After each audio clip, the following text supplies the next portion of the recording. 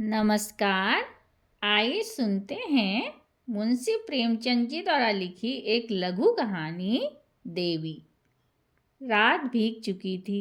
मैं बरामदे में खड़ा था। सामने अमीनुद्दौला पार्क नींद में डूबा खड़ा था। सिर्फ एक औरत एक तकियादार बेंच पर बैठी हुई थी। पार्क के बाहर सड़क के किनारे एक फकीर खड़ा राहगीरों को दुआएं दे रहा था। खुदा और रसूल का वास्ता, राम और भगवान का वास्ता, इस अंधे पर रहम करो। सड़क पर मोटरों और सवारियों का तांता बंद हो चुका था। इक्के दुक्के आदमी नजर आ रहे थे। फकीर की आवाज़, जो पहले नक्कार खाने में तूती की आवाज़ थी, अब खुले मैदान की बुलंद पुकार हो रही थी।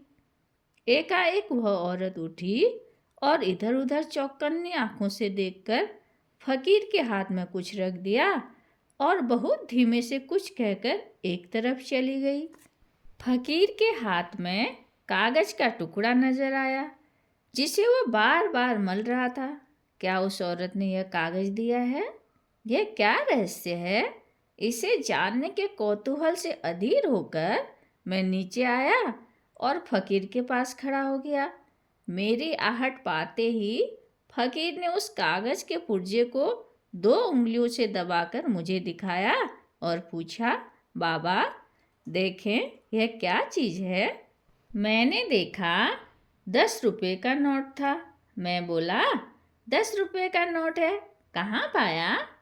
फकीर ने नोट को अपनी झोली में रखते हुए कहा, कोई खुदा की बंदी दे गई है। मैंने और कुछ नहीं कहा। उस औरत की तरफ दौड़ा जो अब अंधेरे में बस एक सपना बनकर रह गई थी। वह कई गलियों से होती हुई एक टूटे फूटे गिरे पड़े मकान के दरवाजे पर रुकी, ताला खोला और अंदर चली गई। रात को कुछ पूछना ठीक न समझकर मैं लौट आया। रात भर मेरा जी उसी तरफ लगा रहा। एकदम तड़के में फिर उसी गली में जा पहुंचा। मालूम हुआ वह एक अनाथ विधवा है। मैंने दरवाजे पर जाकर पुकारा, देवी मैं तुम्हारे दर्शन करने आया हूँ। औरत बाहर निकल आई। गरीबी और बेकसी की जिंदा तस्वीर।